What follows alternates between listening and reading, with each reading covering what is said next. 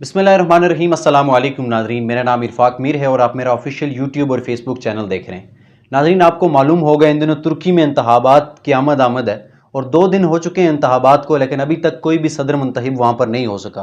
पाकिस्तानी लोग, क्योंकि पाकिस्तान में रजब तैयब उर्दगान साहब बहुत ज़्यादा पॉपुलर हैं, तो इस वजह से पाकिस्तानी लोग बड़ा पूछ रहे हैं कि इलेक्शन का क्या बना।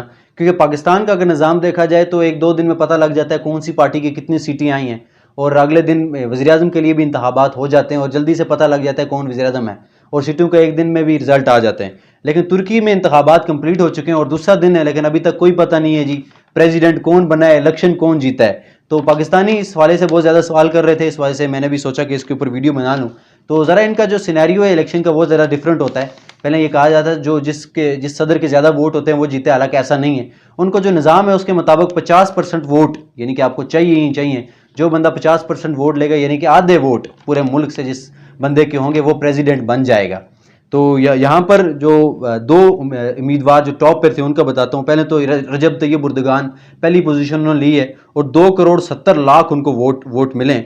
49.50 यानी कि 0.5 के फ़र्क से वो यहाँ पर रुके हुए हैं, और 28 तारीख को, ये 28 मई को दोबारा इंतखाबात वहाँ पर होने हैं, वो दूसरा मरहला होगा। उसका जो सिनेरियो वो मैं ज़रा आपको समझाने की कोशिश करूँगा। जो दूसरे नंबर पर जो उम्मीदवार आए हैं, कमाल खलीज दारोगलो, 44.89% उनने वोट लिए हैं, और ये जो हैं इनको 5 पार्टीज़ की हिमायत हासिल है, यानी कि 5 पार्टियां मिल के वो इलेक्शन लड़ रही हैं, और रजब तैयब उर्दगान साहब अकेले इलेक्शन लड़ रहे हैं और उन्होंने 49% वोट लिए हैं, और 5 पार्टियां एक तरफ, उनने 44% जो वोट लिए हैं। इससे आपको रजब तैयब उर्दगान साहब की मकबूलियत का तुर्की में अंदाज़ा हो जाएगा, और उनका जो हालिया जो जलसा हुआ है इसको भी वर्ल्ड का बहुत बड़ा जलसा करार दिया जा रहा है, तो इससे उनकी मकबूलियत का आपको अंदाज़ा हो जाएगा।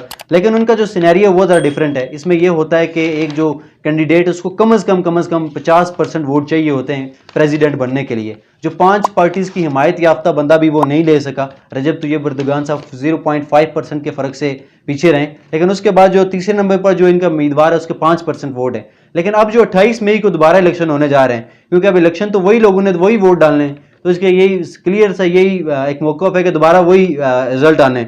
लेकिन अब होगा कुछ अलग।